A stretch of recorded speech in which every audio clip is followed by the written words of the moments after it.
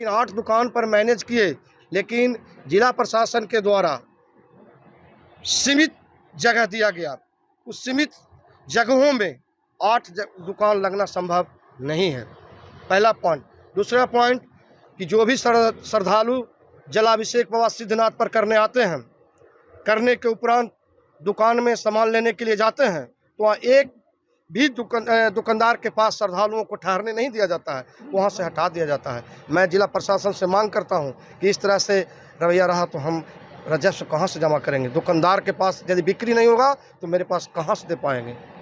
तीसरी पॉइंट, वहाँ से फूल माला के दुकानदार को हटा दिया गया। हमने रिक्वेस्ट किया अनुमंडल पदाधिकारी महोदय से, मैंने जिला प्रशासन से रिक्वेस्ट किया कि फूल माला की दुकान बहुत आवश्यक है मैम, आवश्यक है। मंडल SDO साहब, उनके द्वारा कहा गया कि ठीक है लगवाएंगे, लेकिन एक दिन उन लोगों को वहाँ से हटा दिया गया। वहाँ उनके लिए रेड लाइन जोन लगाया गया। और रेड लाइन जोन में भी मेरा दुकानदार को थोड़ा अति किया गया, क्रश किया गया। ऐसे में क्या दिक्कत है? दिक्कत तो बहुत तरह की समस्या है। समस्या ये है कि जब हमारे दुकानदार को बिक्री नहीं होगा भैया, तो वो हमको कहाँ से राजस्व देगा? और जब हमको राजस्व नहीं देगा तो हम सरकार को कहाँ से देंगे? हम फिर पुनः जाकर के जिला पदाधिकारी महोदय से आज मिलना चाहते हैं और मिल करके सारी वस्तुस्थिति से अवगत कराना चाहते हैं एक आवेदन के माध्यम से कि इन बिंदुओं पर यदि आप इस पर संशोधन नहीं करते हैं तो मेला चलाने में हम असमर्थ हों। हम कहाँ से राजस्व की पूर्ति कर सकते हैं?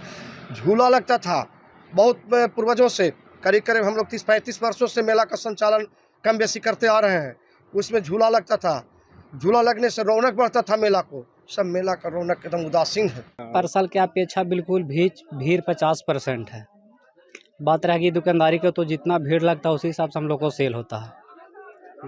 क्या लगता है काहे भीड़ कम है? भीड़ पर साल हादसा की वजह से कम हुआ है। और प्रशासनिक स्थिति ठीक है। कितना दुकान लगाने दिया है आपको? यहाँ पे 8 दुकान का अलाव हुआ है DM से। अच्छा, 8 दुकान लगा हुआ है। सेलिंग नहीं है? सेलिंग नहीं है, देख सकते हैं आप लोग लाइव भी। सेलिंग पहले वाला नहीं है। कैसे दे पाइएगा आप लोग अपना किराया जो है? जमीन बेचना पड़ेगा, किराया तो वसूली होगा नहीं। कहा कि DM भी नहीं मानेंगे ठेकेदार से, तो ठेकेदार भी हम लोग से नहीं मानेगा। 20-25 वर्षों से मैंने मेला का संचालन कर रहे हैं। जिस समय पुलिस नाम का, प्रशासन नाम का कोई चीज़ बराबर में नहीं होता था, उस समय यहाँ की व्यवस्था करने में हम लोग चोरी चमारी छीना झोरी करने के माने बंद कराने में अहम भूमिका निभाए हैं। लेकिन आज जिला प्रशासन की ओर से वो रवैया अपनाया जा रहा है कि न कोई दुकानदार के पास कोई पब्लिक खड़ा होंगे नहीं, सामान लेंगे नहीं, वो राजस्व हमको देगा नहीं, तो हम 2 करोड़ कहाँ से दे पाएंगे? तो फिर क्या किया जाएगा? वो तो प्रशासन है, हम लोग FIR करेंगे, 12, 17, 18 करेंगे, तो ये तो मान करके चलिए कि जबरन दमन करेंगे। जिस मेला का अर्थ क्या होता है? जिस मेला में झूलुआ न हो, कोई मनोरंजन का साधन न हो, जहाँ जल शंकर जी पर चढ़े हो, जिसका जलाभिषेक का मान करके चलिए कि संकल्प न हो, फूलमाला न हो, अच्छा चंदन न हो, वो पूजा क्या है? वो आस्था क्या है? या तो लगता है कि जिलाधिकारी सनातन धर्म के बारे में कुछ जानते नहीं है। सनातन का मतलब क्या होता है? जो ब्राह्मण लोग टीका चंदन न करें, जल का संकल्प न हो, फूलमाला न हो, उस मेला का अर्थ क्या है? जिस मेला में मनोरंजन का कोई साधन न हो, पब्लिक आएंगे तो कहाँ टिकेंगे, कहाँ रुकेंगे? क्या मांग?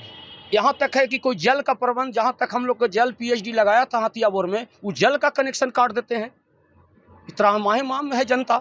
तो हम जिलाधिकारी महोदय से कहना चाहते हैं कि हमारे संवेदक राजेश कुमार से बैठकर हम लोग मिलजुल करके, यहाँ ठीक है मानते हैं कि पूर्व में घटना हो चुका, तो ऐसा तो नहीं है कि विमान दुर्घटना हो गया तो विमान नहीं चलेगा, विमान चल रहा है। तो जब ऐसा बात है तो हमारे संवेदक जो राजेश कुमार हैं और साथ में हम लोग सहयोगी जो हैं, बैठकर जिलाधिकारी महोदय एक दूसरे को कष्ट पीड़ा को समझने की कोशिश करें। तो वो ऐसे लगते हैं कि कोई राजनीतिक या जातीय द्वेष के कारण हम लोग को तो कुछ तरजीह तक नहीं दे रहे हैं।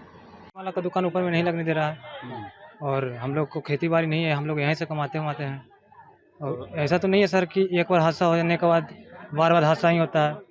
यहाँ प्रयागराज में भी हादसा हुआ था, उसको लेकर के कोई तो नहीं हुआ है। तो ऐसा ही बात है हम लोग को। क्या दिक्कत हो रहा है? दिक्कत यही कि हम लोग फूल माला नहीं बेचते, हम लोग को खेती बाड़ी नहीं है, हम लोग कमाते धमाते यहीं से। घर परिवार कैसे चलेगा? क्या मांग करते हैं? हम लोग यही मांग करते हैं कि हम लोग को दुकान खोलने का अनुमति दिया जाए। कौन नहीं लगाने दे रहा है? DM साहब है। क्या बोलते हैं? वही बोलते हैं कि यहाँ से दुकान उकान नहीं लगेगा, हटाओ। इसके लिए आप लोग रिक्वेस्ट देते हैं? रिक्वेस्ट किए सर, लेकिन क्या बोले कि आप लोग ऐसे कीजिएगा तो पकड़ धकड़ करके डाल देंगे। हम लोग को डराए धमकाए, और क्या किए। ऐसे में आप क्या कीजिएगा? हम लोग क्या करेंगे सर, ऐसे बेरोजगारी बैठे रहते, घर पे ही बैठे रहते हैं। क्या नाम है? मेरा नाम रंजीत कुमार हुआ। जीविका कैसे चला? सर तो क्या करें, ऐसा ही आप लोग बोल ही नहीं रहे, हम लोग डरे हुए हैं, क्या कर सकते हैं। देखिए, ये कमेटी का सबसे पहले समझ लीजिए, बाबा जीर्णोद्धार ये जो मंदिर है उसका जीर्णोद्धार सेवा समिति है। हम लोग 2000 ईस्वी से यहाँ पे कार्यरत हैं। जितना भी विकास देख रहे हैं ये कमेटी के द्वारा किया गया है। हम सबसे पहले ये बताना चाहेंगे, हमारे जितने भी सेवादार हैं सब मिलके हमेशा मंदिर पे भीड़ का प्रबंधन ही करते हैं, और जो भी दान आता है उससे हम लोग व्यवस्था करते हैं। और सबसे अच्छा ये हम इस बार देख रहे हैं कि जिला प्रशासन इस पर बधाई के पात्र है। भीड़ का प्रबंधन बहुत बढ़िया है, इसमें कोई दो राय नहीं। हम डीएम साहिबा को और एसपी सर को बहुत बधाई भी देना चाहते हैं कि बहुत अच्छा मैनेजमेंट है। लेकिन भीड़ है, ठीक है, 500 आप फोर्स लगाए हैं, तो यहाँ पे पेट को भी देख के चलना चाहिए। ये मंदिर जो मेला है चलता है दो चीज़ से, आस्था और जो है व्यापार। और आस्था और व्यापार के बीच में आते हैं हम लोग सेवादार। तो जब आस्था के लिए जो लोग आ रहे हैं वो दान नहीं करेंगे तो फिर व्यवस्था कैसे चलेगा। और ऊपर से जो ये मेला का जो भी यहाँ पे जो ठेकेदारी होता है उसका भी देखना है। ऊपर की दुकानों की संख्या अत्यधिक कम की गई है। केवल 4 दुकानें, दोनों तरफ 8 दुकानें टोटल परमिशन करी गई है, जो कि सीढ़ी के नीचे हैं। सीढ़ी के ऊपर किसी भी दुकान की कोई परमिशन नहीं दी गई है। अगर आप ये वीडियो YouTube पर देख रहे हैं तो हमारे चैनल को सब्सक्राइब कर बेल आइकन दबाएं, और Facebook पर देख रहे हैं तो हमारे पेज को लाइक करें।